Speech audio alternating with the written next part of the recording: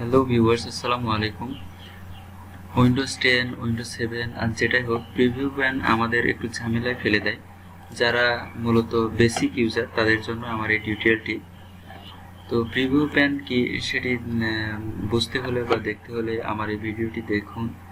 তার আগে নতুন নতুন ভিডিও পাওয়ার জন্য আমার চ্যানেলে সাবস্ক্রাইব করুন। তো চলুন দেখা যাক প্রিভিউ প্যান কি। আমরা দিস পিসি বা মাই কম্পিউটার আপনারা যেটাকেই যে নামে ডাকেন না কেন, একই জিনিস মূলত। তো আমরা এখানে আসলাম এবং ভিউতে আসলাম। এখানে ভিউতে এসে দেখতে পারবো প্রিভিউ প্যান। তো প্রিভিউ প্যানে ক্লিক করার সাথে সাথে আমাদের এই দিকে একটা বার চলে আসছে। এখানে লেখা আছে সিলেক্টেড ফাইল টু প্রিভিউ। তো আসলে এখানে একটা ফাইল সিলেক্ট করলেও এটা প্রিভিউ দেখাবে। তো আমরা এখানে ডেস্কটপের কোনো একটা ফাইল সিলেক্ট করলাম, তো এখানে প্রিভিউ দেখাচ্ছে। তো এটাকে প্রিভিউ প্যানকে ছোট বড় করা যায়, দেখা যাচ্ছে অনেক সময় এরকম থাকে। তো আমাদের এখানে এটা নো প্রিভিউ অ্যাভেলেবেল এরকম দেখায় বা একটু ছোট থাকে।